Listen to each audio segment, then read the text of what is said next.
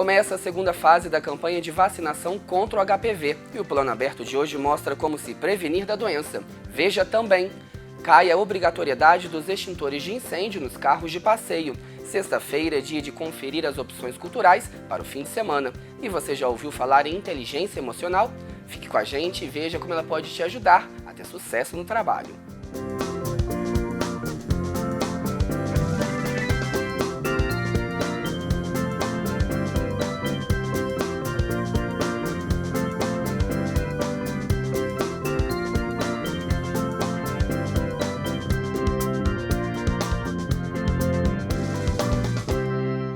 Olá!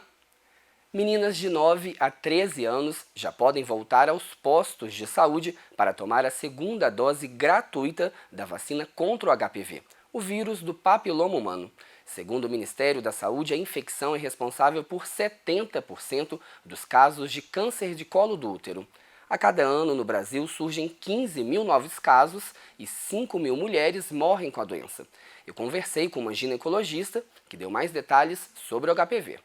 O HPV atinge mulheres e homens e está relacionado ao aparecimento de verrugas genitais e ao câncer de colo do útero. E para falar mais sobre a doença, eu converso agora com a ginecologista, a doutora Sônia Fará. Olá, doutora. Quais os sintomas do HPV?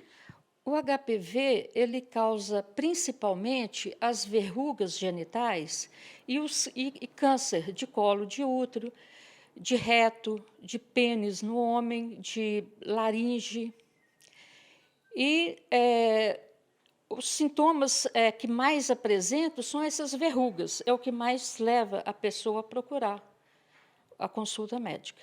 Sim, quais os tipos de HPV? Existem vários tipos, mais de 100 tipos, mas o que interessa para a gente, o que a gente estuda devido ao cometimento dessas doenças, são dois grupos chamados de alto risco e um outro de baixo risco. Sim, então nem todos podem vir a se transformar num câncer. Certo.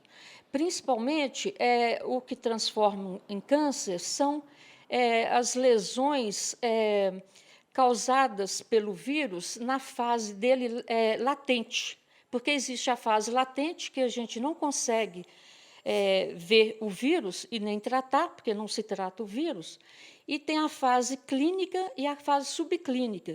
Nessas duas fases, a gente consegue, através da prevenção, da citologia que as mulheres fazem, da colposcopia, a gente consegue detectar lesões causadas por ele e fazer o tratamento. Sim, e o HPV tem cura? Ele tem cura se a gente detecta essas lesões iniciais. E também nessa fase latente, aí a gente não tem como tratá-lo. Então, a pessoa que adquiriu o vírus, ela vai ter que ser controlada constantemente, porque em qualquer época da vida ele pode sair dessa forma latente e ir para a forma subclínica e clínica. Sim, quais as formas de transmissão da doença, doutora? O HPV ele é transmitido em 90% dos casos através da relação sexual. Pode ser transmitido de outras formas, por exemplo, material contaminado, uma roupa contaminada, uma toalha contaminada, mas a maioria dos casos é relação sexual. Então, quanto mais cedo a mulher, o homem, começa a ter atividade sexual, mais chance ela tem de ser contaminada. E quanto mais parceiros a pessoa tem durante a vida, mais chance também de se contaminar. E também o não uso da camisinha. Ok, doutora Sônia, obrigado.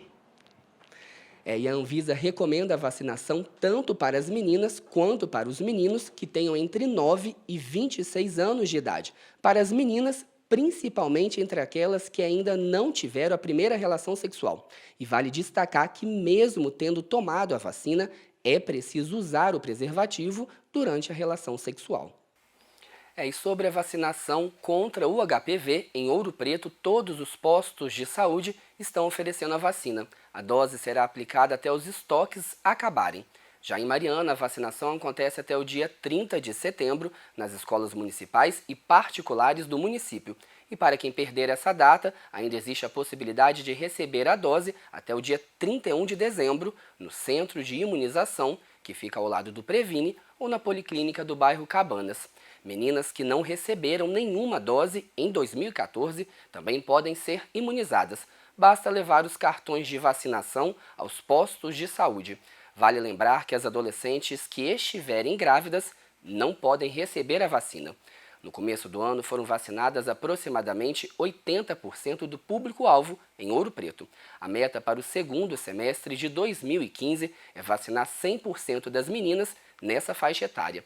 Em Mariana, a meta é vacinar todas as 1.397 meninas que tomaram a primeira dose. O uso do extintor de incêndio em automóveis de passeio vai passar a ser facultativo no Brasil, conforme decisão tomada na semana passada pelo Conselho Nacional de Trânsito. A medida foi anunciada pouco antes de começar a valer a obrigatoriedade dos extintores do tipo ABC, prevista para 1º de outubro. A mudança na legislação envolve utilitários, caminhonetas, caminhonetes e triciclos de cabine fechada.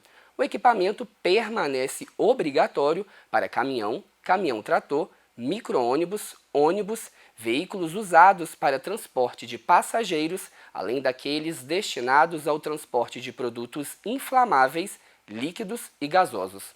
Segundo o Ministério das Cidades, a decisão pelo uso opcional do equipamento foi tomada após encontros com representantes dos fabricantes de extintores, do Corpo de Bombeiros e da indústria automobilística. O fim da obrigatoriedade vai começar a valer a partir da publicação de uma resolução que, segundo o Departamento Nacional de Trânsito, acontecerá nos próximos dias. Vale lembrar que a fiscalização dos extintores de incêndio nos veículos em que o uso é obrigatório permanece. E a punição para quem estiver sem o equipamento ou com ele fora da validade inclui multa no valor de R$ 127,69 e perda de 5 pontos na carteira de habilitação. E o Felipe Barbosa traz agora para você as principais atrações do fim de semana na nossa agenda cultural. Vitor, a série de concertos do Museu do Oratório recebe no sábado Elisa Freixo e Edith Rocha. O show musical faz parte da programação da Primavera dos Museus e a apresentação acontece às 6h30 da noite no adro da Igreja do Carmo. A Banda União, 15 de novembro, se apresenta no domingo na Praça Gomes Freire, em Mariana. A ação, que acontece a partir de 11 da manhã, faz parte do projeto Música com Classe. Também em Mariana será realizada a 7ª edição do Encontro Internacional de Palhaços. Até domingo, o evento vai trazer brincadeiras, exposições, shows e espetáculos nas ruas e praças de Mariana. No nosso blog, você confere a programação completa do Encontro Internacional de Palhaços e outras atrações culturais da região. Acesse tvufop.blogspot.com.br. Você já passou por situações no trabalho em que perdeu o controle diante de frustrações? Está com alguma dificuldade nos relacionamentos interpessoais? Não sabe lidar com as críticas e, principalmente, com as suas próprias falhas? Se essas situações são recorrentes no seu dia a dia, pode estar faltando algo que os especialistas chamam de inteligência emocional. Essa habilidade é cada vez mais exigida no mercado de trabalho. Desenvolver a inteligência emocional ajuda e muito a alcançar o sucesso na profissão. Veja na reportagem de Kênia Marcília. A equipe em que a Bárbara trabalha é pequena. Ainda assim, a convivência diária requer sensibilidade para lidar com as emoções dos outros e com os próprios sentimentos. Trabalhando há 1 ano em uma empresa de softwares, ela já entendeu que é preciso bem mais que um bom currículo para se destacar no emprego. Você nunca vai encontrar pessoas iguais a você. Então, você tem que saber lidar com todo mundo, você tem que saber aceitar a crítica, você tem que saber respeitar o espaço de cada um. Se você já fez um currículo, deve se lembrar daquela parte em que descrevemos nossas habilidades. Mas você já parou para pensar em que ter autocontrole, autoconhecimento, saber trabalhar em equipe podem ser fatores decisivos para a sua permanência no emprego? Essas habilidades aí fazem parte de algo cada vez mais valorizado no mercado de trabalho, a inteligência emocional. Está principalmente na capacidade, da pessoa conhecer suas próprias emoções e saber lidar com elas. A partir daí, ela tem a possibilidade de focar as emoções naquilo que ela quer, nos objetivos, nas metas dela. Para muita gente, receber críticas no trabalho é um pesadelo, mas olha, arrisco a dizer que às vezes pode ser bem mais difícil se encarar no espelho e admitir os próprios erros. Eu acho que a parte mais difícil é a gente parar, pensar e refletir no que a gente fez errado, no que a gente pode melhorar. E assumir isso pra gente, sabe? Porque é muito mais fácil quando alguém te aponta o que você fez de errado do que você realmente assumir aquilo ali. Nossa, pisei na bola, realmente. Fracasso e frustração. Quase um trava-línguas, né? Mais difícil que pronunciar essas palavras é superar as dificuldades que enfrentamos no dia a dia. Para a psicóloga, ser inteligente emocionalmente pode significar passar uma borracha no erro e tocar para frente. É importante que as pessoas trabalhem, né, para que elas possam superar isso, porque frustração a gente vive a todo momento, né? Tem algumas pessoas que têm maior possibilidade de lidar com essas frustrações, outras menos, né? Mas trabalhando esses aspectos é possível administrar bem essas questões. Para as empresas, ter funcionários que consigam desenvolver a inteligência emocional significa qualidade na produção. O Luciano, que é o chefe da Bárbara, vê nessa habilidade um diferencial no funcionário. O controle emocional é fundamental, assim como a qualidade técnica. Um colaborador descompensado, descontrolado, vai atrapalhar todo o rendimento dele e, consequentemente, o rendimento da equipe. E os chefes? Estão achando que só os funcionários precisam dessas habilidades? Para um líder, a inteligência emocional é fundamental. Você, como líder, tem que lidar com o seu emocional e com o dos seus colaboradores. Então, você tem que ser a luz no fim do túnel dele, você tem que ser aquele auxílio na hora que ele precisa, você tem que saber lidar e redirecioná-lo. Fórmula mágica para ser inteligente emocionalmente ainda não existe, mas podemos chegar lá. Como?